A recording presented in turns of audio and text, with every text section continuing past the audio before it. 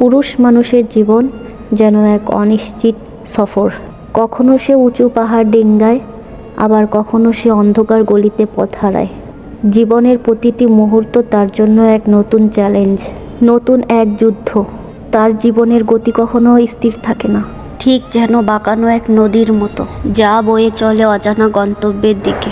প্রিয় মানুষদের মুখে হাসি ফোটানোর জন্য সে প্রতিনিয়ত নিজেকে বিলিয়ে দেয়, নিজের স্বপ্ন, ইচ্ছা, আরাম সব ত্যাগ করে। জীবনের প্রতিটি ধাপে তাকে লড়াই করতে হয়, কখনো নিজের সাথে, কখনো বা সমাজের সাথে।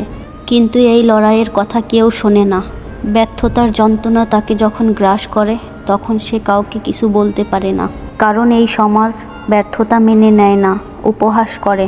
একজন পুরুষ যখন সে সফল হয়, তখন সবাই তার প্রশংসা করে, কিন্তু যখন সে ব্যর্থ হয়, তখন সে একা পড়ে যায়। তবুও সে হাল ছাড়ে না।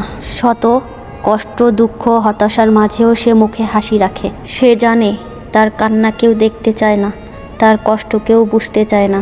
তাই সে নিজেই নিজের সান্ত্বনা হয়ে যায়, নিজেই নিজের আশ্রয় খোঁজে। পুরুষ মানুষের জীবন মানেই নীরব সহ্য করার গল্প, নিজের কষ্টের কথা না বলে লুকিয়ে রেখে চারপাশের মানুষদের ভালো রাখার অনন্ত প্রচেষ্টা।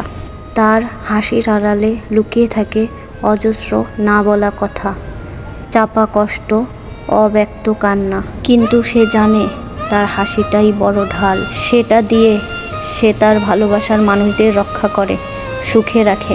ভালো থাকুক পৃথিবীর সকল পুরুষ।